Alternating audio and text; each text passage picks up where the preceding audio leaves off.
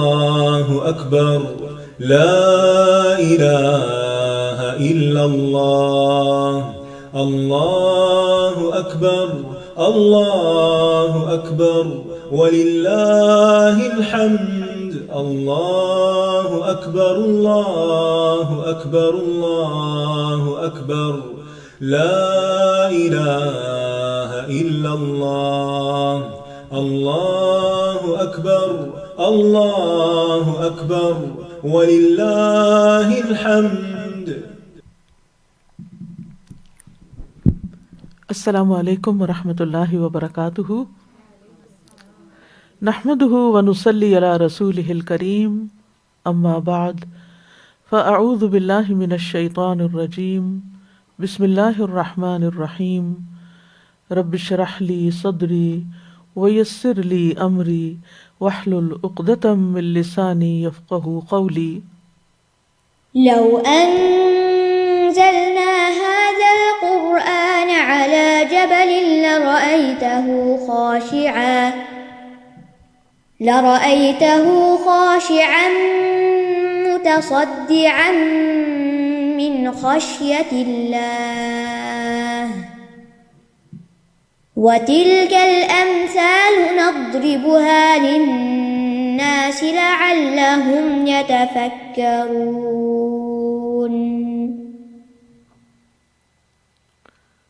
امثال القرآن پروگرام کے سلسلے میں آج ہم اللہ سبحانہ وتعالیٰ کے نور کی مثال پڑھیں گے، جو سورۃ النور کی آیت نمبر 35 میں آیت نور کے نام سے مشہور ہے.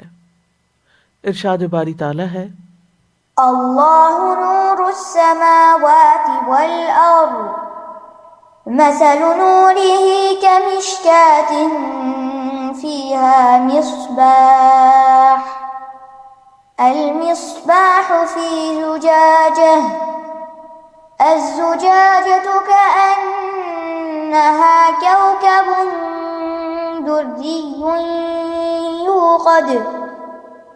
يوقد من شجرة مباركة زيتونة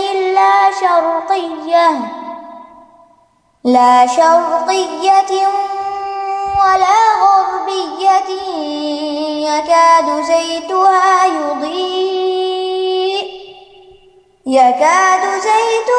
يضيء ولو لم تمسسه نار نور على نور يهدي الله لنوره من يشاء ويضرب الله الأمثال للناس والله بكل شيء عليم. اللہ آسمانوں اور زمین کا نور ہے. اس کے نور کی مثال ایک طاق کی مانند ہے جس میں چراغ ہو. وہ چراغ شیشے کی قندیل میں ہو. وہ شیشہ گویا کہ ایک چمکتا ہوا تارا ہے جسے زیتون کے مبارک درخت کے تیل سے روشن کیا جاتا ہے، جو نہ مشرقی ہے اور نہ مغربی. قریب ہے کہ اس کا تیل خود بخود روشن ہو جائے، خواہ اسے کوئی آگ نہ چھوئے. یہ نور پر نور ہے.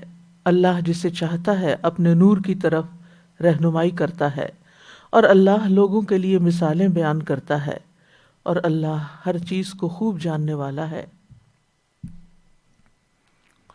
اللہ سبحانہ تعالیٰ کے اس نور کی مثال سورۃ نور میں آئی ہے. اس سورت میں اللہ تعالیٰ نے بہت سے نورانی احکامات دیے ہیں، جن کے بعد اللہ تعالیٰ فرماتے ہیں: وَلَقَدْ أَنزَلْنَا إِلَيْكُمْ آيَاتٍ مُبَيِّنَاتٍ، بلا شبہ ہم نے تمہارے لیے یا تمہاری طرف واضح آیات نازل کی ہیں. مقصد کیا تھا؟ کہ لوگ گمراہی سے، اندھیروں سے نکل کر نور ہدایت کی طرف آ جائیں. بلا شبہ اللہ تعالیٰ کی آیات، اللہ تعالیٰ کے احکامات روشن انوار ہیں. قرآن مجید بھی اللہ تعالیٰ کا نور ہے جو نازل کیا گیا ہے. ایک جگہ پر آتا ہے سورۃ النساء میں، یا ایھا الناس قد جاءکم برہان من ربکم وانزلنا الیکم نورا مبینا، اے لوگو بلا شبہ تمہارے پاس تمہارے رب کی طرف سے ایک واضح دلیل آ گئی ہے اور ہم نے تمہاری طرف ایک واضح نور نازل کیا ہے۔ لہذا نور ہدایت کی مثال بیان کرنے کے لیے اس مثال کو یہاں لایا گیا ہے۔ اللہ تعالیٰ فرماتے ہیں اللہ نور السماوات والارض، اللہ آسمانوں اور زمین کا نور ہے۔ نور کہتے ہیں پھیلنے والی روشنی کو جو اشیاء کو دیکھنے میں مدد دیتی ہے۔ اللہ تعالیٰ آسمان و زمین کا نور ہے، یعنی نور کا منبع اللہ کی ذات ہی ہے۔ اللہ تعالیٰ کی ذات و صفات نور ہیں، اللہ تعالیٰ بذات خود نور ہے، اس کا حجاب نور ہے، اس کے نور سے عرش، کرسی، سورج، چاند، جنت سب روشن ہیں، منور ہیں۔ حسی نور کا منبع بھی اللہ کی ذات ہے اور مانوی نور کا منبع بھی۔ مانوی نور میں جیسے اللہ کی کتاب نور ہے، اس کی شریعت نور ہے، ایمان نور ہے، اللہ تعالیٰ کے رسولوں، اس کے مومن بندوں کے دلوں میں جو اللہ کی معرفت ہے وہ بھی معرفت الہی کا نور ہے۔ اگر اللہ سبحانہ تعالیٰ کا یہ نور نہ ہو تو ہم سب گمراہیوں میں اور گمراہی کے اندھیروں میں ڈوب جائیں۔ تو نور کی بنیادی طور پر دو اقسام ہیں، ایک ہے غیر مخلوق نور اور ایک ہے مخلوق نور۔ غیر مخلوق نور یہ اللہ سبحانہ تعالیٰ کی ذات ہے، کیونکہ اللہ تعالیٰ مخلوق نہیں ہے، اس کی صفات ہے، اس کا کلام ہے، اس کی آیات ہیں، یہ مخلوق نہیں ہے۔ دوسری طرح کا نور جو مخلوق ہے یہ اللہ تعالیٰ کی ذات سے جدا ہے، الگ ہے، اس کا حصہ نہیں ہے۔ چنانچہ وہ نور جو ہم سورج، چاند، ستاروں میں دیکھتے ہیں، چراغوں میں دیکھتے ہیں، لائٹس میں دیکھتے ہیں، یہ مخلوق نور ہے، کریٹڈ ہے، بنایا گیا ہے۔ اور پھر مخلوق جو نور ہے اس میں سے بھی کچھ حسی نور ہے اور کچھ مانوی نور ہے۔ یعنی جو مخلوقات نور ہیں ان میں سے کچھ نور حسی ہیں، کچھ مانوی ہیں۔ حسی کی مثال جیسے ابھی دی گئی، چاند، ستارے، سورج وغیرہ، اور مانوی جیسے اللہ تعالیٰ کی معرفت کا نور، ہدایت کا نور۔ تو نور جو ہے یہ اللہ تعالیٰ کی ذاتی صفت بھی ہے جو قرآن و سنت سے ثابت ہے۔ وَأَشْرَقَتِ الْأَرْضُ بِنُورِ رَبِّهَا، زمین اپنے رب کے نور کے ساتھ روشن ہو جائے گی۔ اللہ نور السماوات والارض۔ اسی طرح حدیث میں آتا ہے، ابو موسیٰ اشعری کہتے ہیں رسول اللہ صلی اللہ علیہ وسلم ہمارے درمیان کھڑے ہو کر آپ نے ہمیں 5 باتوں پر مشتمل ایک خطبہ دیا۔ ان میں 5 باتیں یہ تھیں کہ بے شک اللہ تعالیٰ سوتا نہیں اور نہ سونا اس کے شایان شان ہے۔ دوسری بات، وہ میزان کے پلڑوں کو جھکاتا اور اوپر اٹھاتا ہے۔ تیسری بات، رات کے اعمال دن کے اعمال سے پہلے اور دن کے اعمال رات کے اعمال سے پہلے اس کے سامنے پیش کیے جاتے ہیں۔ پھر اگلی بات، اس کا پردہ نور ہے، اس کا حجاب نور ہے، اگر وہ اس کو کھول دے تو اس کے چہرے کے انوار جہاں تک اس کی نگاہ پہنچے اس کی مخلوق کو جلا ڈالیں۔ یعنی اللہ تعالیٰ کے چہرے کی تجلیات تمام مخلوق کو جلا دیں، کیونکہ اللہ تعالیٰ کی بصیرت پہنچتی ہے۔ تو اللہ سبحانہ تعالیٰ آسمانوں اور زمین کو ظاہری نور دینے والا بھی ہے اور باطنی نور دینے والا بھی ہے۔ اللہ سبحانہ تعالیٰ ہی آسمان و زمین کو ہدایت دینے والا ہے۔ اللہ نور السماوات والارض کے بارے میں ابن عباس کہتے ہیں کہ اس سے مراد یہ ہے کہ وہ آسمان اور زمین کے رہنے والوں کو ہدایت دینے والا ہے۔ وہ اللہ کے نور کی وجہ سے حق کی طرف ہدایت پاتے ہیں اور ہدایت کی وجہ سے گمراہی سے نجات پا جاتے ہیں۔ ضحاک کہتے ہیں وہ آسمانوں اور زمین کو منور کرنے والا ہے، یعنی اللہ نور السماوات، ایک تو نور کا معنی کیا ہے، یعنی کہ ہدایت دینے والا، اور یہاں منور کرنے والا۔ وہ کہتے ہیں کہ اللہ نے آسمانوں کو روشن کیا فرشتوں کے ساتھ، زمین کو روشن کیا انبیاء کے ساتھ۔ پھر ایک اور معنی اس کا مدبر بھی کیا گیا ہے۔ مجاہد کہتے ہیں کہ وہ زمین اور آسمان میں کاموں کی تدبیر کرنے والا ہے، یعنی اللہ نور السماوات والارض کا معنی کیا ہے کہ اللہ تعالیٰ ہی آسمانوں اور زمین کے کاموں کی تدبیر کرنے والا ہے۔ ابی ابن کعب، حسن اور ابو عالیہ کہتے ہیں کہ وہ آسمان و زمین کو مزین کرنے والا ہے، زینت بخشنے والا ہے۔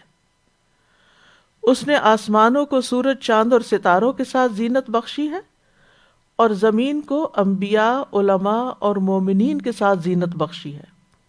یہ زمین کے ستارے ہیں۔ اور ایک قول یہ بھی ہے کہ زمین کو نباتات اور درختوں کے ساتھ زینت بخشی، یعنی حسی نور بھی، مانوی نور بھی اور حسی نور بھی، دونوں طرح زینت بخشی۔ اور بات یہ ہے کہ نور کا منبع اور سورس اللہ کی ذات ہی ہے، ہر طرح کا نور وہیں سے آتا ہے، یعنی وہی دیتا ہے، چاہے حسی ہو یا مانوی ہو۔ کائنات کی جتنی ظاہری روشنیاں ہیں یا نور ہے، قیامت کے دن یہ ختم ہو جائے گا۔ سورج کا نور، اذا الشمس کورت واذا النجوم انکدرت، اسی طرح وخسف القمر وجمع الشمس والقمر، سورج جو چاند اکٹھے کر دیے جائیں گے، تو یہ ساری روشنیاں ختم ہو جائیں گی، سورج، چاند، ستارے لپیٹ دیے جائیں گے۔ اللہ سبحانہ و تعالیٰ پھر بندوں کا فیصلہ کرنے کے لیے آئیں گے، تو پھر وَأَشْرَقَتِ الْأَرْضُ بِنُورِ رَبِّهَا، زمین اپنے رب کے نور کے ساتھ روشن ہو جائے گی، یعنی اللہ سبحانہ و تعالیٰ اس کو منور کریں گے۔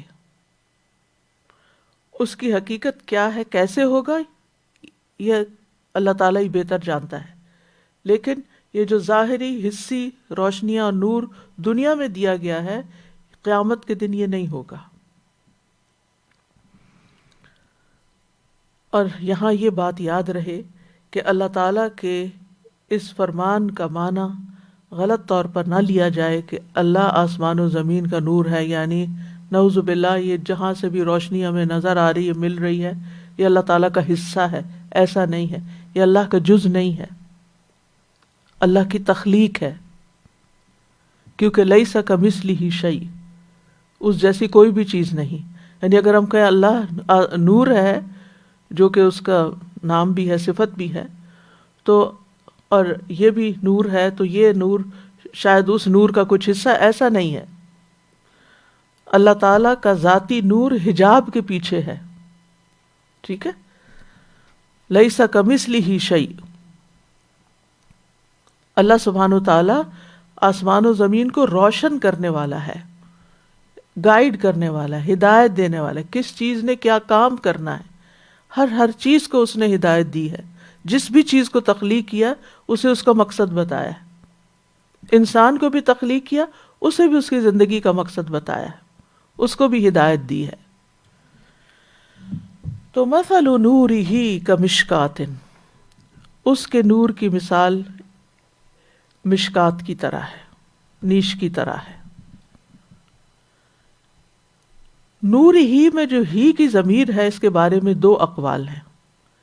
ایک ہے کہ ضمیر اللہ تعالیٰ کی طرف لوٹ رہی ہے، یعنی مومن کے دل میں اس کی ہدایت کی مثال، مومن کے دل میں اللہ کی ہدایت یعنی اس کے نور جو اللہ تعالیٰ مومن کے دل میں ڈالتا ہے، اس کی مثال۔ دوسرا یہ کہ یہ ضمیر مومن کی طرف لوٹ رہی ہے، یعنی مومن کے دل میں جو نور ہے اس کی مثال مشکات کی طرح ہے، سعید ابن جبیر ابن عباس سے روایت کرتے ہیں کہ ابن مسعود یوں پڑھا کرتے تھے مثل نورہ فی قلب المؤمن، کہ مومن کے دل میں اللہ کے نور کی مثال، یعنی وہ نور جو اللہ نے مومن کے دل میں ڈالا ہے اس کی مثال، کمشکات، مشکات کی طرح ہے۔ مشکات پہلے زمانے میں دیوار کے اندر ایک رخنا یا ایک نیش یا ایک خالی جگہ ہوتی تھی، طاق جس کو بولتے ہیں، اس کے لیے استعمال ہوتا ہے۔ یہ کھڑکی نہیں ہوتی، کھڑکی وہ ہوتی ہے جس میں سوراخ ہوتے ہیں، دوسری طرف نظر آتا ہے، ہوا اندر آتی ہے، روشنی اندر آتی ہے، وہ عربی میں نافذہ کہلاتی ہے، یعنی اس میں نفوذ کر جاتی ہے ہوا، روشنی وغیرہ۔ لیکن طاق وہ ہوتا ہے جو یک طرفہ طور پر ایک کھڑکی کی طرح نظر آتا ہے دیوار کے اندر گہری جگہ، اور اس میں عموماً چراغ ہی رکھے جاتے تھے۔ تو یہاں مشکات سے مراد کیا چیز ہے؟ مشکات سے مراد مومن کا سینہ ہے، اور اگر ہم دیکھیں تو ہماری پسلیوں کے اندر جو ہمارے سینے کی جگہ ہے وہ بھی نیش کی طرح ہی ہے۔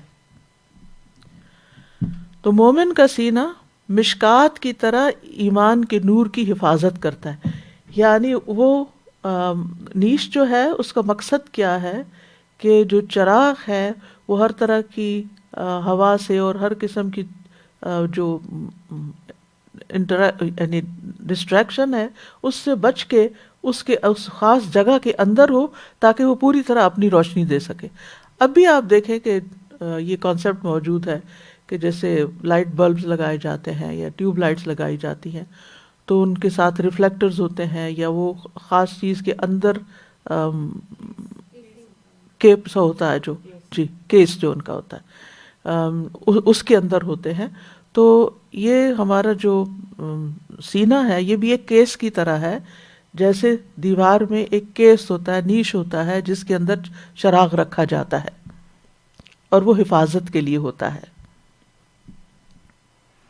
یہ روشنی کو محفوظ بھی کر لیتا ہے، اور چراغ کی روشنی وہاں ایک طرح سے جمع ہو جاتی ہے، اگر کسی اوپن جگہ پر رکھ دے تو وہ پھیل جائے گی اور وہ اتنی زیادہ روشن نہیں ہوگی۔ اس نیش کے اندر کیا ہے؟ فیہا مصباح، مصباح کہتے ہیں چراغ کو۔ مصباح کا لفظ جو ہے یہ صبح سے ہے، صباح سے، دن کے ابتدائی حصے کو صبح کہتے ہیں، اور وہ بھی کیا ہوتی ہے؟ روشن ہوتی ہے۔ چراغ کو مصباح کہتے ہیں کیونکہ وہ بھی روشن ہوتا ہے، اور صباح کا معنی ہوتا ہے بتی کی لو۔ پہلے زمانے میں الیکٹریسٹی نہیں ہوتی تھی، تو جو چراغ ہوتا تھا وہ کسی مٹی کے برتن میں تیل ڈال کر اس کے اندر ایک بتی رکھی جاتی تھی، جس کے ذریعے وہ تھوڑا تھوڑا تیل رس رس کر پھر جلتا تھا تو اس کی روشنی دیر تک باقی رہتی تھی۔ تو صباح اس بتی کو کہتے ہیں جو اس کے اندر ہے، لیکن مصباح اوور آل چراغ کے لیے استعمال ہوتا ہے۔ اسی طرح ستاروں کو بھی مصابیح کہا گیا ہے، وَلَقَدْ زَيَّنَّا السَّمَاءَ الدُّنْيَا بِمَصَابِيحَ، اور ہم نے قریب کے آسمان کو تاروں کے چراغوں سے زینت دی ہے، یعنی ستارے آسمان کے چراغ ہیں۔ تو مصباح سے مراد کیا ہے؟ مومن کے دل میں ایمان کا نور۔ المصباح فی زجاجہ، یہ جو چراغ ہے یہ شیشے کے اندر ہے، شیشے کے فانوس کے اندر ہے۔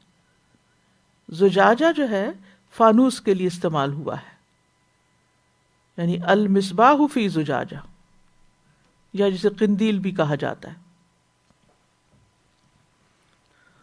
تو مومن کے سینے میں ایمان کا چراغ ہے، اور اس کو مزید حفاظت مل رہی ہے، جیسے ایک چراغ کو اس زجاجہ سے حفاظت ملتی ہے۔ اب یہ ہے کہ یہ جو زجاجہ ہے یا یہ جو فانوس ہے، یہ جتنا زیادہ کرسٹل کلیئر ہوگا، روشن ہوگا، جتنا مضبوط ہوگا، جتنا بڑا ہوگا، اچھا ہوگا، اتنی ہی زیادہ روشنی بہترین طریقے سے ریفلیکٹ ہوگی۔ یعنی مومن کا جو دل ہے وہ سینے کے اندر ہوتا ہے، القلوب التی فی الصدور، اور وہ روشن ہوتا ہے. اس کے اندر مومن کے دل میں یہ تینوں صفات جمع ہو جاتی ہیں. اس کا دل یعنی دل اور اس کے آس پاس کا جو ماحول ہے وہ صاف اور شفاف ہوتا ہے. بعض اوقات اس کے اندر بھی کسی قسم کا غبار سا آ جاتا ہے. آپ دیکھیں کہ کسی بھی چاہے وہ پرانے زمانے کے لیمپس ہوں، اس میں تو خیر جو بتی جلتی تھی تو دھواں بھی نکلتا تھا، وہ دھواں شیشے کو گدلا کر دیتا تھا. اور اسی طرح اب بھی آپ دیکھیں کہ چاہے لائٹ بلب کہیں لگا ہوا ہو تو کچھ عرصے کے بعد اس کو صاف کرنا پڑتا ہے کیونکہ اس پہ ڈسٹ سی آ جاتی ہے. تو اسی طرح مومن کا دل اگرچہ نور ایمان کے ساتھ روشن ہوتا ہے، پھر اس کو علم کا نور ملتا ہے، ہدایت کا نور ملتا ہے، اس کے اندر روشنی ہوتی ہے، لیکن کچھ چیزیں ایسی ہوتی ہیں جو مومن کے دل کے اوپر بھی ایک غبار سا ڈال دیتی ہیں. وہ دل بھی ملوث ہو جاتا ہے، جس کو روشن کرنے کی، صاف کرنے کی ضرورت رہتی ہے. اس کا گدلا پن، اس کا میل کچیل. اللہ تعالیٰ نے دلوں کو برتنوں کی مانند قرار دیا ہے، جیسے کہ بعض صالحین کا قول ہے دل اللہ کی زمین میں اللہ کے برتن ہیں، پس اللہ کے تمام دلوں سے زیادہ محبوب وہ دل ہیں جو زیادہ نرم، زیادہ ٹھوس اور صاف ہوتے ہیں. یعنی وہ شیشہ جتنا، دل کا آئینہ جیسے کہتے ہیں نا، دل کا آئینہ جتنا صاف ہوگا، جتنا روشن ہوگا، جتنا فرم ہوگا، اتنا ہی زیادہ اچھا ہوگا. الزجاجۃ کأنہا کوکب دری، وہ زجاجہ یا فانوس اپنی صفائی اور خوبصورتی کی وجہ سے یوں لگتا ہے جیسے چمکتا ہوا ستارہ ہو یا موتی کی طرح. کوکب کہتے ہیں ستارے کو، کواکب اس کی جمع ہے آسمان پر جو ستارے ہوتے ہیں. فلما جن علیہ اللیل رأى کوکبا انا زینا السماء الدنیا بزینۃ الکواکب. تو یہاں کوکب دری در کی طرف منسوب ہے. در کہتے ہیں موتی کو، تو دری کا مطلب ہے موتی کی طرح چمکدار. کوکب خود بھی چمکدار ہے، اور پھر اس کو کوکب درین جب کہا گیا تو بہت زیادہ روشن، یعنی دہکتا ہوا قوی نور. تو اس میں آپ دیکھیے کہ مومن کو جو نور اللہ تعالیٰ نے ایمان کا عطا کیا، ایک تو پہلے فطرت کا نور تھا، پھر ایمان کا نور اس کو عطا کیا، پھر علم کا نور عطا کیا، ہدایت کا نور عطا کیا، اور اس کی حفاظت کی سینے کے اندر، دل کے اندر. لیکن اس کے باوجود بھی انسان چونکہ اس دنیا میں رہتا ہے تو بہت کچھ دیکھتا ہے، بہت کچھ سنتا ہے. اس کے جو باقی اعضاء ہیں وہ بھی جو کچھ کرتے ہیں، ان سب کے اثرات، یہ چونکہ سب دل کے ساتھ کنیکٹڈ ہیں، ان کے اثرات جو ہیں وہ دل کے اوپر جا کے پڑتے ہیں. تو دل پر جو میل کچیل آ جاتی ہے، غفلت آ جاتی ہے، غبار آ جاتا ہے، داغ لگ جاتے ہیں، ان کو صاف کرنے کی ضرورت رہتی ہے. رسول اللہ صلی اللہ علیہ وسلم نے فرمایا تھا میرے دل پر بھی پردہ سا آ جاتا ہے، اسی وجہ سے میں ایک دن میں 100 مرتبہ اللہ سے استغفار کرتا ہوں. یہ رسول اللہ صلی اللہ علیہ وسلم اپنے دل کا حال بتا رہے ہیں. اور دوسری طرف ہمارے دلوں کا حال کیا ہوگا، کتنے متاثر ہوتے ہیں.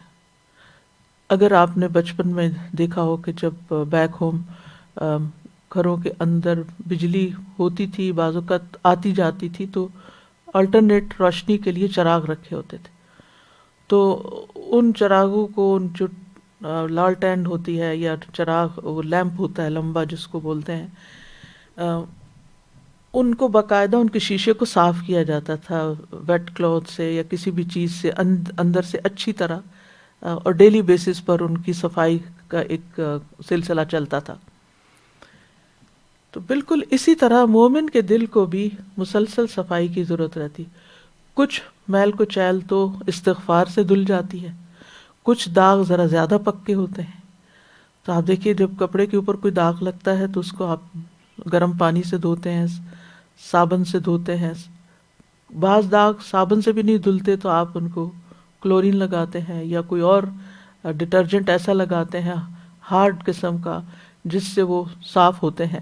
یعنی اور پھر مختلف طرح کے جو داغ ہوتے ہیں ان کو دھونے کے لیے مختلف چیزیں استعمال ہوتی ہیں، جن کے بارے میں آپ نے وہ کبھی پڑھا سنا بھی ہوگا کہ کسی کے اوپر نمک اور لیمو ڈالا جاتا ہے اور دھوپ میں رکھا جاتا ہے اور کسی کو کسی چیز سے صاف کیا جاتا ہے.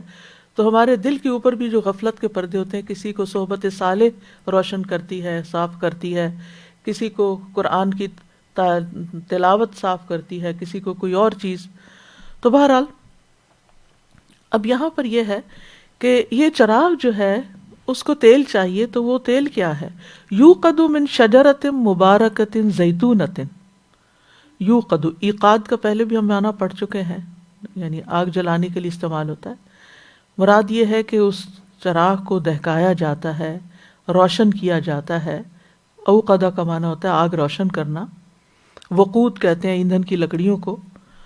تو یوقد من شجرۃ، ایک درخت سے، مبارکۃ جو بڑا مبارک ہے.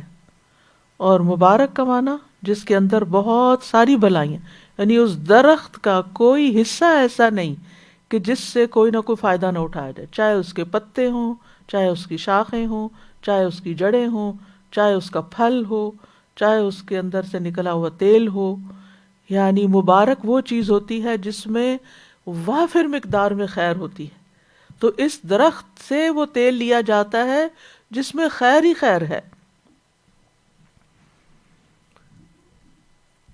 تو یہ تیل جو ہے زیتون کا تیل ہے، یعنی چراغ زیتون کے تیل سے دہکایا جاتا ہے یا جلایا جاتا ہے جس سے بہترین روشنی نکلتی ہے. کہتے ہیں کہ یہ تمام تیلوں سے زیادہ بہترین تیل ہے. اور میں ایک ریسرچ سن رہی تھی یوٹیوب پر، کسی سائنٹسٹ نے کچھ تحقیقات عربی میں تھی وہ بیسیکلی، تو کچھ ٹرمینالوجی تو میں نہیں سمجھ پائی، لیکن اس میں وہ کہہ رہے تھے کہ مختلف چیزوں کے اندر جو فریکوینسیز ہیں یا ان کے اندر سے جو ان کی ترددات ہیں یا ان کے جو ریزوننس ہے یا ان کی جو آواز ہے، جیسے تسبیح ہر چیز کر رہی ہے، یہ عام نیکڈ آئی سے یا ویسے ہمارے کان ان کو نہیں سن سکتے. تو انہوں نے کچھ اس طرح کے مشاہدات کیے مختلف چیزوں کے اندر، یہ دیکھنے کے لیے کہ اس کے اندر کس قسم کی لائف ہے یا اس کی آواز کیسے ہے یا اس کی روشنی اس کے اندر سے کیسے نکلتی ہے. تو یہ پتہ چلا کہ سب سے زیادہ جس کے اندر سے روشنی نکلتی ہے وہ سب سے زیادہ زیتون کے تیل کے اندر ہے.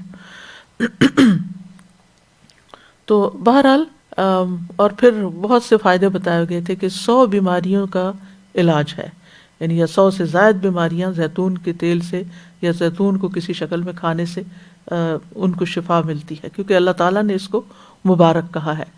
پھر اسی طرح نبی صلی اللہ علیہ وسلم نے بھی فرمایا ہے کہ زیتون کو کھاؤ بھی اور اس کا تیل لگاؤ بھی.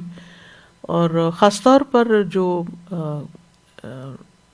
یعنی کہ جسم کو صاف کرنے والی، خصوصاً پیٹ کو صاف کرنے والی چیزیں، ان میں سے بہترین چیز جو ہے وہ زیتون کا تیل ہے، خاص طور پر اگر وہ کولڈ پریس ہو،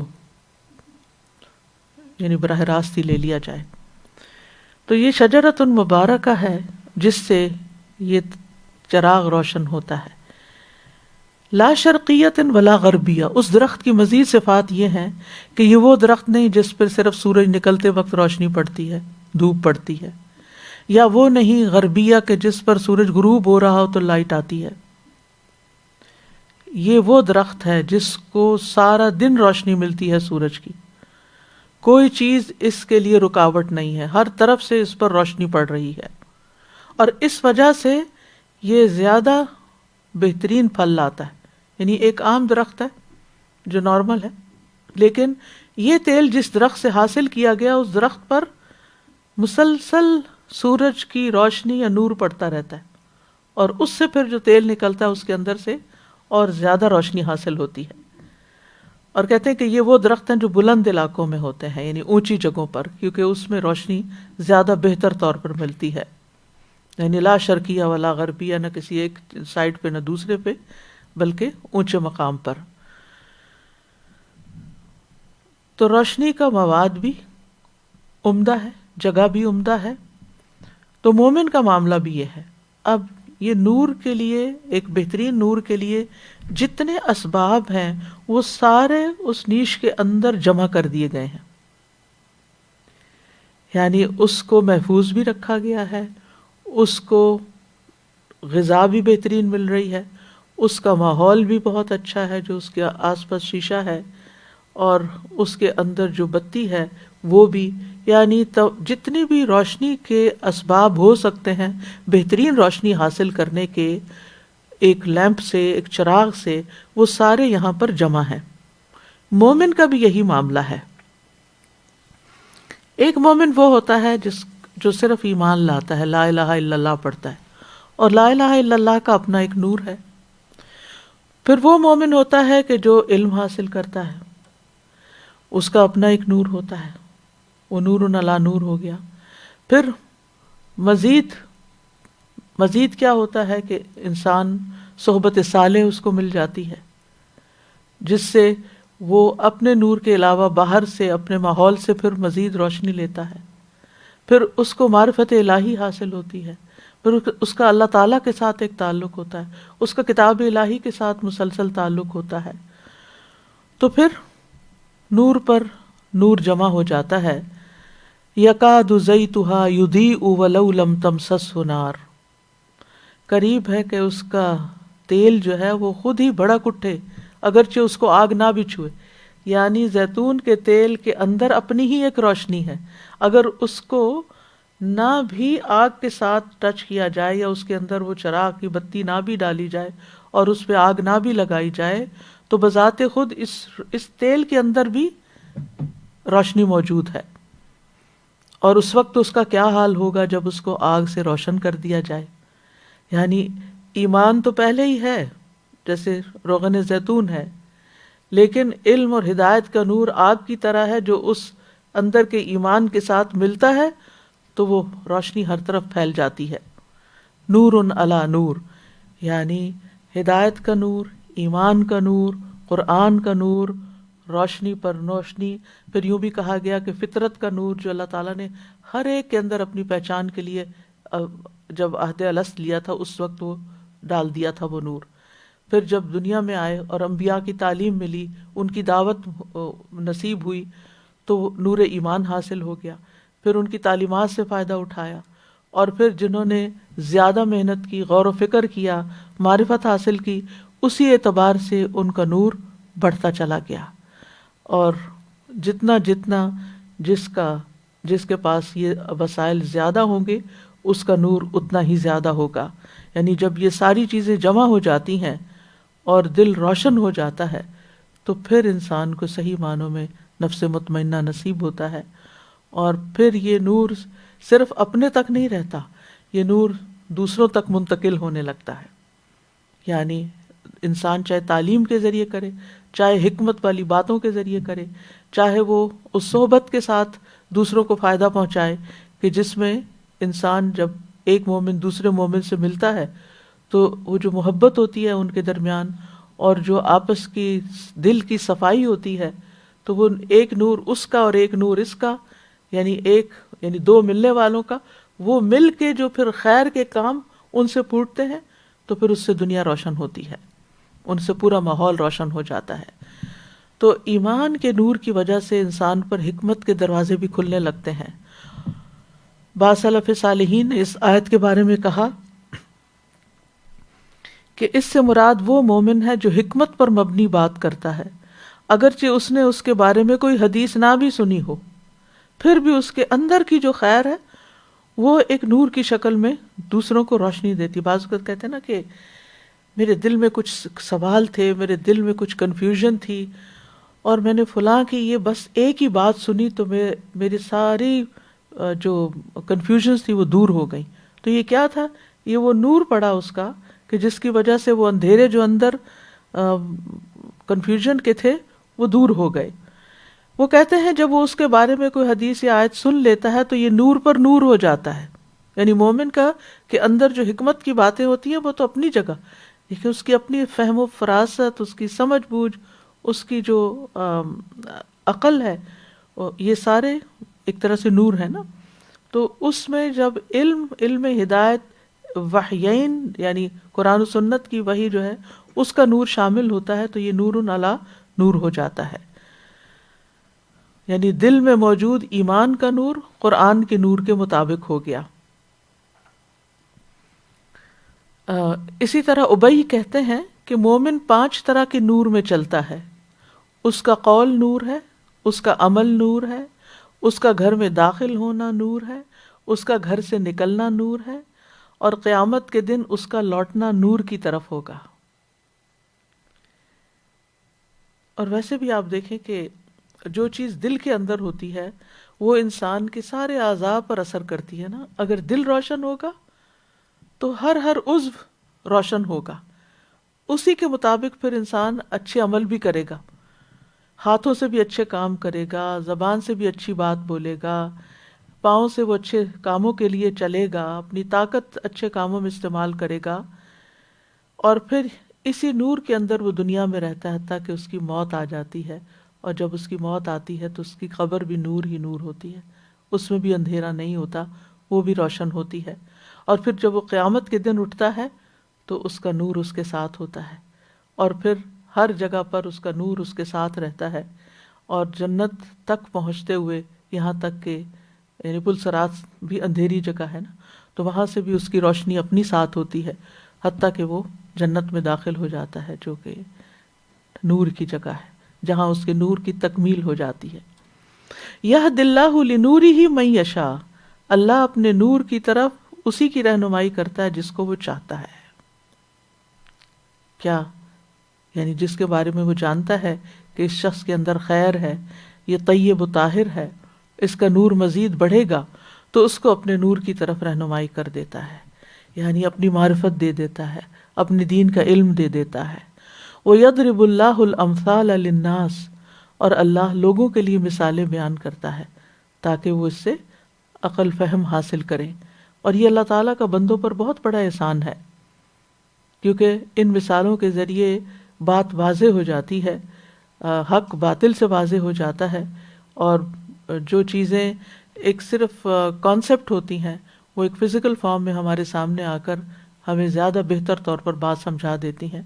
تو یہ جو پورے نیش اور پھر اس میں چراغ، اور چراغ جو ہے وہ شیشے کے اندر، فانوس کے اندر، اور پھر جو اس کی غذا ہے یا اس کی جو جس سے وہ جلایا جا رہا ہے وہ بھی روشن، یعنی ویسے بھی روشن، چراغ خود بھی روشن ہوتا ہے، لیکن اس روشنی میں زیتون کا تیل اور اضافہ کر رہا ہے، اور شیشہ جو ہے وہ بھی اس روشنی کو مزید تقویت دے رہا ہے، اور سارا فوکس وہاں پر اس فانوس کی وجہ سے وہ نور فوکسڈ ہو گیا، ایک جگہ جمع ہو گیا ہے، جس سے پھر لائٹ ہر طرف جا رہی ہے اس کی. اس مثال کے بارے میں ابو عالیہ ابن ابی ابن کعب سے روایت کرتے ہوئے کہتے ہیں، یہ مومن کی مثال ہے، بس مشکات مومن کی اپنی ذات ہے. اب یہ جو چیزیں ہیں نا مختلف، ان کو مختلف علماء نے مختلف طرح انٹرپریٹ کیا ہے، ان کی کوئی ایک تعبیر نہیں کہ جس کو آپ فکس کر لیں. وہ کہتے ہیں مشکات مومن کی اپنی ذات ہے، قندیل اس کا سینہ ہے، چراغ وہ ایمان ہے جو اللہ نے اس کے اندر رکھا ہے، اور قرآن جو اس کے دل میں ہے اس کو بابرکت درخت کے روغن سے جلایا جاتا ہے، اور یہ اکیلے اللہ کے لیے اخلاص ہے. یہ انہوں نے اس طرح اس کو انٹرپریٹ کیا. اس کی مثال اس درخت کی طرح ہے جس کو دیگر درختوں نے ڈھانپ رکھا ہو، بس یہ درخت سرسبز اور ملائم ہوتا ہے، اور سورج کے طلوع اور غروب ہونے کے وقت اس کو دھوپ نہیں لگتی. یہی حال مومن کا ہے کہ وہ اس بات سے محفوظ ہے کہ اس کو کوئی فتنہ پہنچے، یعنی اس کے اندر کا نور اتنا اسٹرانگ ہے کہ اگر کوئی فتنہ یا وسوسہ آتا ہے تو وہ اس کو بھسم کر دیتا ہے. بس مومن کی 4 صفات ہیں، اگر کچھ دیا جائے تو شکر کرتا ہے، آزمائش میں ڈالا جائے تو صبر کرتا ہے، فیصلہ کرے تو انصاف پر مبنی فیصلہ کرتا ہے، بات کرے تو سچی بات کرتا ہے. حذیفہ کہتے ہیں کہ دلوں کی 4 اقسام ہیں. غلاف میں لپٹا ہوا دل، بس یہ کافر کا دل ہے. ٹیڑھا دل، یہ منافق کا دل ہے. ملاوٹ کے بغیر دل، گویا اس میں چراغ چمک رہا ہے، یہ مومن کا دل ہے. اور ایک دل وہ بھی ہوتا ہے جس میں کچھ ایمان ہوتا ہے، کچھ نفاق ہوتا ہے۔ بس ایمان کی مثال یوں ہے جیسے کوئی درخت ہو جس کو پاکیزہ پانی مدد دیتا ہو، اور نفاق کی مثال ایسے ہے جیسے پھوڑا پنسی ہو جس کو پیپ اور خون مدد دیتا ہو۔ بس ان دونوں میں سے جو بھی دل پر غالب آ جائے گا وہی حالت غالب ہوگی۔ تو بہرحال یہاں پر اللہ تعالیٰ نے جو نور ہمیں عطا کیا ہے اس کی مثال یہاں بیان ہوئی ہے، اور قرآن مجید میں نور کا لفظ بھی استعمال ہوا ہے اور ضیاء کا لفظ بھی استعمال ہوا ہے۔ ضیاء وہ روشنی ہوتی ہے جس میں ایک طرح کی تپش اور جلانے کی تاثیر ہوتی ہے، جیسے کہ سورج کی روشنی۔ اس کے برعکس چاند کی روشنی جو ہوتی ہے اس میں تپش اور جلانے والی تاثیر نہیں ہوتی۔ اسی لیے اللہ تعالیٰ قرآن مجید میں فرماتے ہیں هُوَ الَّذِي جَعَلَ الشَّمْسَ ضِيَاءً وَالْقَمَرَ نُورًا، وہی ہے جس نے سورج کو تیز روشنی اور چاند کو نور بنایا۔ تورات کو ضیاء کہا گیا کیونکہ اس میں ایسے احکامات تھے کہ جو لوگوں کے لیے یعنی لوگوں کے لیے مشکل بھی تھے کچھ، لیکن قرآن کو اس کے برعکس نور کہا گیا ہے۔ اللہ تعالیٰ فرماتے ہیں وَلَقَدْ آتَيْنَا مُوسَى وَهَارُونَ الْفُرْقَانَ وَضِيَاءً وَذِكْرًا لِّلْمُتَّقِينَ، اور جو نبی صلی اللہ علیہ وسلم کو نور دیا گیا قَدْ جَاءَكُم مِّنَ اللَّهِ نُورٌ وَكِتَابٌ مُّبِينٌ۔ تو علماء ان دونوں میں فرق کرتے ہوئے بتاتے ہیں کہ موسیٰ علیہ السلام کی شریعت میں کچھ پابندیاں، طوق اور بوجھ تھے، تو اس لیے اللہ تعالیٰ نے ان کی شریعت کی صفت ضیاء سے بیان کی، کیونکہ ضیاء وہ روشنی ہوتی ہے جس میں جلانے کی تاثیر ہوتی، اور محمد صلی اللہ علیہ وسلم کی شریعت کی صفت نور کے ساتھ بیان کی، کیونکہ نور جلانے کی تاثیر کے بغیر ہوتا ہے۔ اسی طرح یہ ہے کہ نور دنیاوی نور بھی ہوتا ہے اور اخروی نور بھی ہوتا ہے۔ دنیاوی نور جو ہے وہ حسی اور مانوی نور ہوتا ہے، حسی جیسے سورج چاند ستاروں کا، اور مانوی جیسے قرآن کا، ایمان کا، علم کا، یہ نور۔ اور آخرت کا نور جو ہے وہ ایک تو رب کی تجلی ہوگی، اور دوسرا یہ ہے کہ مومن کا وہ نور جو اپنے ساتھ لے کے جائے گا۔ یوم تری المؤمنین والمؤمنات یسعی نورہم بین ایدیہم وبایمانہم، یہ مومنوں کا اپنا نور ہوگا، ہے نا، یسعی نورہم، ان کا اپنا نور جو ان کے آگے پیچھے ہوگا۔ بشراکم الیوم، آج تمہارے لیے خوشخبریاں ہیں، جنات تجری من تحتها الانہار، ایسے باغ جن کے نیچے نہریں بہتی ہیں، خالدین فیہا ذالک هو الفوز العظیم، جن میں وہ ہمیشہ رہیں گے، اور یہ اصل میں بہت بڑی کامیابی ہے۔ یوم یقول المنافقون والمنافقات للذین آمنوا انظرونا نقتبس من نورکم قیل ارجعوا وراءکم فالتمسوا نورا فضرب بینہم بسور لہ باب باطنہ فیہ الرحمہ وظاہرہ من قبلہ العذاب۔ جس دن منافق مرد اور منافق عورتیں ان لوگوں سے کہیں گے جو ایمان لائے، ہمارا انتظار کرو، ہم تمہاری روشنی سے کچھ روشنی حاصل کر لیں۔ کہا جائے گا اپنے پیچھے لوٹ جاؤ، کچھ روشنی تلاش کرو۔ پھر ان کے درمیان ایک دیوار بنا دی جائے گی جس میں ایک دروازہ ہوگا، اس کی اندرونی جانب اس میں رحمت ہوگی اور بیرونی جانب عذاب ہوگا۔ تو یہ نور آخرت میں ہوگا، پل صراط پر مومنوں کے آگے پیچھے دائیں بائیں ہوگا، لیکن منافقین کا نور جو ہے ابتدا میں ہوگا اور بعد میں چھن جائے گا، جیسے پہلے ایمان لائے اور بعد میں کفر کیا۔ اس دن مومنوں کی پکار کیا ہوگی؟ یقولون ربنا اتمم لنا نورنا واغفر لنا۔ قرآن مجید میں تقریباً 49 ٹائمز نور کا لفظ آیا ہے، جیسے قرآن کے لیے کئی آیات میں نور کا لفظ آیا ہے، رسول اللہ صلی اللہ علیہ وسلم کے لیے نور کا لفظ آیا ہے، اور یہ مانوی نور ہے۔ اس کا یہ مطلب نہیں کہ آپ نور سے بنے ہیں اور آپ کا سایہ نہیں تھا، اور یہ سب باتیں جو مشہور کر دی گئی ان کی کوئی حقیقت نہیں۔ آپ سراجم منیرہ تھے، جس نے ساری دنیا کو ہدایت اور حق کے ساتھ چمکا دیا، اندھیروں کو دور کیا، شرک کے، جہالت کے، گمراہی کے۔ پھر اسی طرح دین کو بھی نور کہا گیا ہے۔ سورۃ الانعام میں آتا ہے اومن کان میتا فاحییناہ وجعلنا لہ نورا یمشی بہ فی الناس، کیا وہ شخص جو مردہ تھا یعنی حالت ایمان میں نہیں تھا، پھر ہم نے اسے زندہ کیا یعنی ایمان دیا، اور اس کے لیے ایسی روشنی بنا دی، یعنی ایسا دین دیا جس کی مدد سے وہ لوگوں میں چلتا پھرتا ہے، یعنی اپنی زندگی بسر کر رہا ہے۔ اسی طرح ایمان، ہدایت، علم، ان سب کو بھی نور کہا گیا ہے۔ اللہ ولی الذین آمنوا یخرجہم من الظلمات الی النور، اللہ ان لوگوں کا دوست ہے جو ایمان لائے، انہیں اندھیروں سے نکال کر روشنی کی طرف لاتا ہے، یعنی ایمان دیتا ہے، ہدایت دیتا ہے، علم دیتا ہے۔ تو اس مثال سے جو باتیں ہمیں پتہ چلتی ہیں وہ یہ ہیں، پہلی بات تو یہ کہ اللہ نور ہے، لیکن وہ غیر مخلوق ہے۔ یہ یاد رکھیے، جب ہم کہتے ہیں نا اللہ نور ہے تو ذہن میں یہ نہیں آنا چاہیے جیسے یہ ہماری روشنی ہے، نو وے، نو کمپیریزن۔ نبی صلی اللہ علیہ وسلم جب رات کے وقت تہجد میں کھڑے ہوتے تو یہ دعا پڑھتے تھے، اللہم لک الحمد انت نور السماوات والارض ولک الحمد انت قیم السماوات والارض۔ یہ کارڈ بھی چھپا ہوا ہے۔ اللہ سبحانہ وتعالیٰ ایسا نور ہے جس کو دیکھا نہیں جا سکتا، اور اس کو تشبیہ نہیں دی جائے گی دنیا کی روشنیوں سے۔ اسی لیے اللہ تعالیٰ نور کا ترجمہ اللہ تعالیٰ روشنی ہے نہیں کیا جا سکتا، یعنی کبھی یہ ٹرانسلیشن نہ کریں کہ اللہ نور السماوات والارض، کہ اللہ آسمان و زمین کی روشنی ہے، ایسا نہیں، ٹھیک ہے، کیونکہ وہ نور خفیہ ہے، ہم اس کو نہیں دیکھ سکتے۔ ایک مرتبہ عبداللہ بن شقیق کہتے ہیں، ایک مرتبہ میں نے ابو ذر سے عرض کیا کاش میں نے نبی صلی اللہ علیہ وسلم کو دیکھا ہوتا تو ان سے ایک سوال ہی پوچھ لیتا۔ انہوں نے فرمایا تم کیا پوچھتے؟ انہوں نے کہا میں یہ پوچھتا کہ کیا آپ نے اپنے رب عز و جل کو دیکھا ہے، اللہ تعالیٰ کو دیکھا ہے؟ ابو ذر کہتے ہیں یہ سوال تو میں ان سے پوچھ چکا ہوں، جس کے جواب میں انہوں نے فرمایا تھا وہ نور ہے، میں اسے کہاں دیکھ سکتا ہوں، وہ نور ہے، میں اسے کہاں دیکھ سکتا ہوں۔ اس کا حجاب بھی نور ہے۔ نور اللہ تعالیٰ کا نام بھی ہے النور۔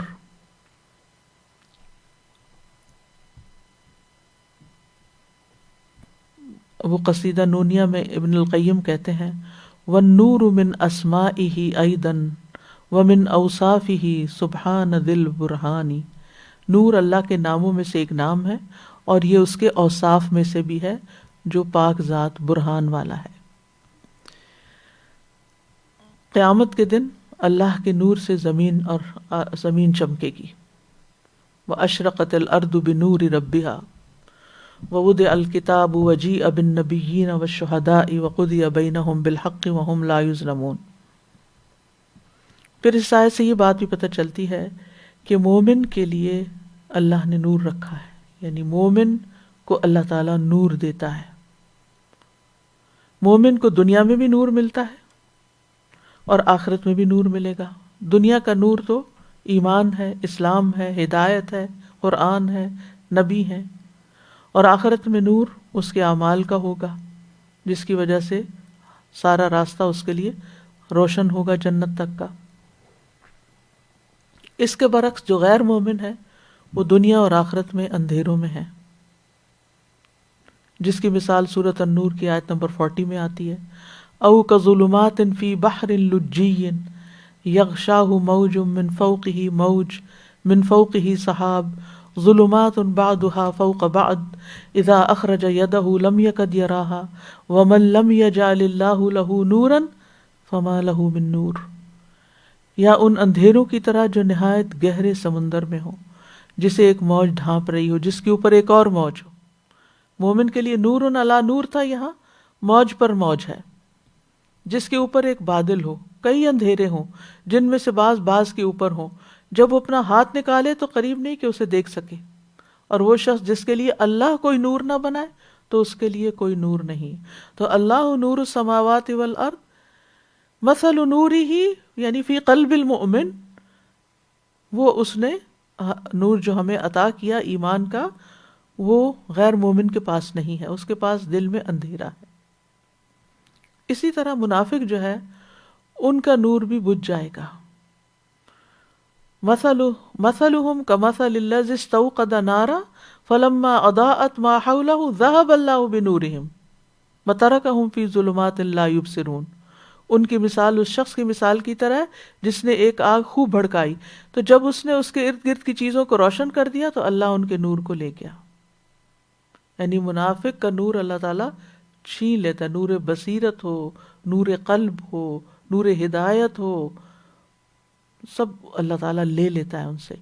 اگرچہ ابتدا میں ان کو نور ملتا ہے، وہ اسلام کا اظہار کرتے ہیں، اقرار کرتے ہیں، اور قیامت کے دن بھی اسی طرح ان کا نور بجھ جائے گا، جیسے سورۃ الحدید کی آیت نمبر 13 اور 14 میں بیان ہوا. تو کرنے کے کام یہ ہے کہ ہمیں نور پانے والے کام کرنے چاہیے، نور کی تلاش رہنی چاہیے، نور کو بڑھاتے رہنا چاہیے. وہ سارے اسباب جو نور میں اضافے کا ذریعہ بنتے ہیں، ان اسباب کو اختیار کرنا چاہیے.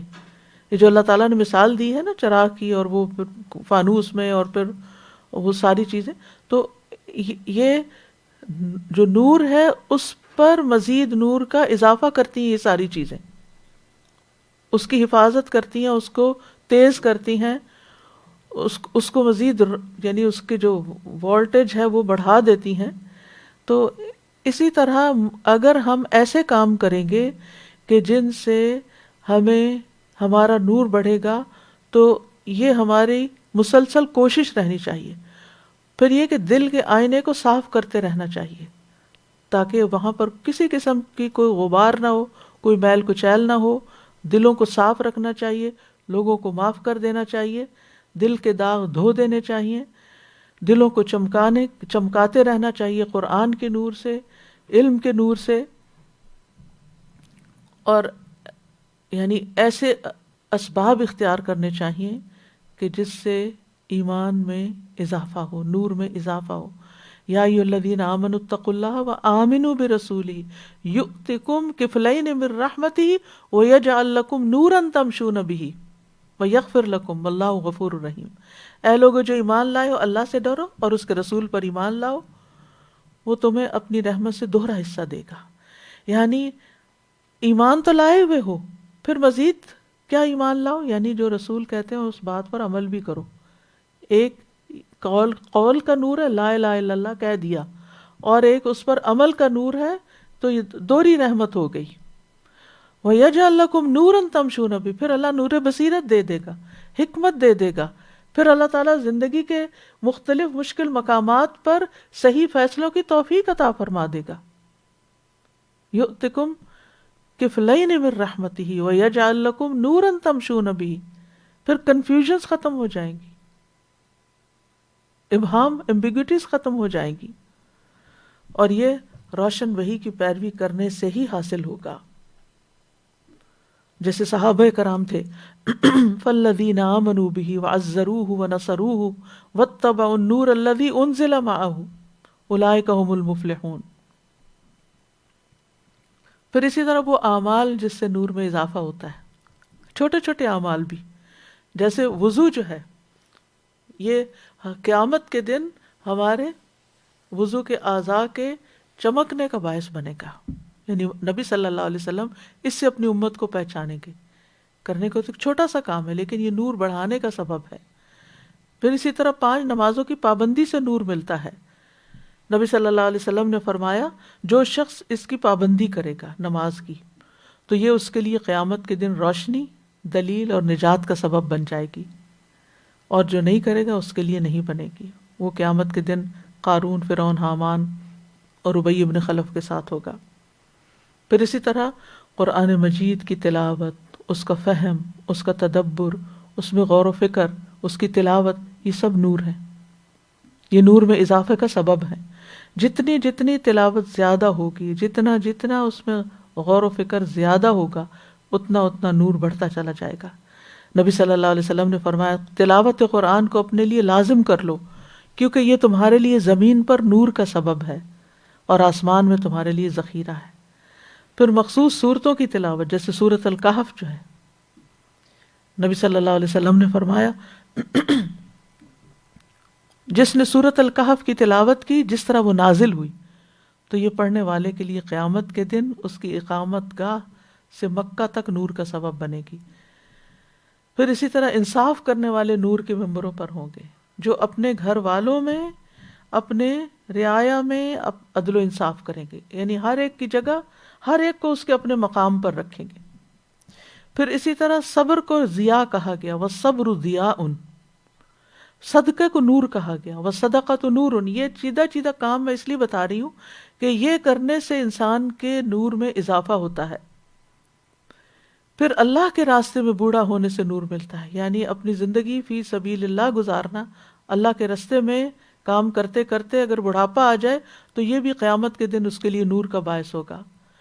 پھر اسی طرح جب حج پہ جاتے ہیں تو آپ نے فرمایا جمرات کو کنکریاں مارو گے تو یہ عمل قیامت کے دن تمہارے لیے نور کا سبب ہوگا۔ حج میں جو بال منڈائے جاتے ہیں، فرمایا جو بال زمین پہ گرتا ہے، حج میں تمہارا سر منڈوانا تو ہر بال جو زمین پہ گرتا ہے اس کے بدلے تمہارے لیے قیامت کے دن نور ہوگا۔ یعنی مختلف اعمال جب انسان کرتا ہے تو وہ نور میں اضافے کا سبب بنتے ہیں۔ اللہ کے راستے میں تیر چلانے والے کے لیے نور ہے۔ رسول اللہ صلی اللہ علیہ وسلم نے فرمایا جس نے اللہ کے راستے میں ایک تیر پھینکا وہ قیامت کے دن اس کے لیے نور ہوگا۔ تو آج اگر تیر نہیں تو تیر کے نشان جیسے وہ کلک کرنے کی جگہ بنی ہوئی ہوتی ہے نا، ایرو بنا ہوا ہوتا ہے، تو کوئی خیر کی بات آپ کلک کرتے ہیں، کسی کو بھیجتے ہیں تو کیا ہوتا ہے، وہ بھی آپ کے لیے نور میں اضافے کا، جہاں جہاں تک وہ بات گئی آپ کو نہیں پتا کس کس تک پہنچی ہے، لیکن وہ اس کے دل میں جا کے چراغ جلا دے گی تو وہ اس کا ایک حصہ آپ کو بھی ملے گا کہ آپ کے نور میں اضافہ ہوگا۔ اور اس کے لیے بہت ضروری ہے کہ اپنے دل کو صاف رکھا جائے، کیونکہ دل مرکز ہے نور کا، یہاں سے پورے جسم کو نور امٹ ہوتا ہے۔ تو اگر دل میلا ہوگا اور دل بوجھل ہوگا اور دل کے اندر پریشانی اور دنیا کی محبت اور دنیا کے غم ہوں گے تو پھر یہ سب کام نہیں ہوگا۔ تو دل جو ہے وہ جسم کا سب سے قیمتی حصہ ہے، اور اللہ تعالیٰ دلوں کی بنیاد پر بندوں کو چنتا ہے۔ اس لیے دل کا محاسبہ بڑا ضروری ہے کہ اس میں ہم نے کیا رکھا ہوا ہے، کیونکہ ہمارے دل میں جو ہوتا ہے یہ ہمیں پتا ہوتا ہے، ہمارے رب کو پتا ہوتا ہے، کسی اور کو نہیں پتا۔ ہم کیا سوچتے رہتے ہیں، ہمارے دل میں کیا خرابیاں ہیں، کیا خیانتیں ہیں، کیا بدگمانیاں ہیں، اس کو پتا ہے۔ تو اس کے اوپر نظر رکھنی ہے، مراقبہ کرتے رہنا ہے، تاکہ اللہ سبحانہ و تعالی ہمیں اپنے لیے چن لے، اپنا خاص بنا لے، اپنے خاص بندوں میں شامل کر لے۔ پھر اللہ سبحانہ و تعالیٰ دل کو دیکھتا ہے، اللہ تعالیٰ جسم کو نہیں دیکھتا، شکل کو نہیں دیکھتا، اللہ تعالیٰ نہ حدیث میں آتا ہے تمہارے دلوں کی طرف دیکھتا ہے۔ اور آپ صلی اللہ علیہ وسلم نے اپنی انگلیوں سے سینے کی طرف اشارہ کیا کہ اللہ سبحانہ و تعالیٰ، تو جو چیز اللہ تعالیٰ دیکھتا ہے اس کو کتنا صاف کرنے کی ضرورت ہے۔ اس لیے دل کو حسد سے، بغض سے، تکبر سے، حرام خواہشات سے، مذموم صفات سے بچانا چاہیے۔ دل کو فتنوں سے بھی بچانا چاہیے، یعنی ہر طرح کے فتنے۔ اور پھر یہ کہ اللہ تعالیٰ سے دعا کرنی چاہیے کہ اللہ سبحانہ وتعالیٰ ہمیں نور عطا فرمائے۔ اللہم لک الحمد انت نور السماوات والارض ومن فیہن، ولک الحمد انت قیم السماوات والارض ومن فیہن، ولک الحمد انت الحق ووعدک الحق وقولک حق ولقاؤک حق والجنت حق والنار حق والساعۃ حق والنبیون حق ومحمد حق صلی اللہ علیہ وسلم۔ ربنا اتمم لنا نورنا واغفر لنا انک علی کل شیء قدیر۔ اللہم اجعل فی قلبی نورا وفی بصری نورا وفی سمعی نورا وعن یمینی نورا وعن یساری نورا وفوقی نورا وتحتی نورا وامامی نورا وخلفی نورا واجعل لی نورا وفی لسانی نورا وعصبی نورا ولحمی نورا ودمی نورا وشعری نورا وبشری نورا واجعل فی نفسی نورا۔ اللہم اعطنی نورا، اللہم اعطنی نورا، اللہم اعطنی نورا۔ اے اللہ تو ہمیں نور عطا فرما اور اندھیروں سے بچا۔ اللہم الف بین قلوبنا واصلح ذات بیننا واہدنا سبل السلام ونجنا من الظلمات الی النور ونجنا من الظلمات إلى النور وجنبنا الفواحش ما ظهر منها وما بطن وبارك لنا في أسماعنا وأبصارنا وقلوبنا وأزواجنا وذرياتنا وتب علينا إنك أنت التواب الرحيم واجعلنا شاكرين لنعمتك مثنين بها قابليها وأتمها علينا اللهم اغسل قلبي بماء الثلج والبرد ونق قلبي من الخطايا كما نقيت الثوب الأبيض من الدنس وباعد بيني وبين خطاياي كما باعدت بين المشرق والمغرب ربنا تقبل منا ربنا أتمم لنا نورنا واغفر لنا إنك على كل شيء قدير وآخر دعوانا أن الحمد لله رب العالمين سبحانك اللهم وبحمدك أشهد أن لا إله إلا أنت أستغفرك وأتوب إليك. اللهم صل على محمد وعلى آل محمد كما صليت على إبراهيم وعلى آل إبراهيم إنك حميد مجيد. اللهم بارك على محمد وعلى آل محمد كما باركت على إبراهيم وعلى آل إبراهيم إنك حميد مجيد.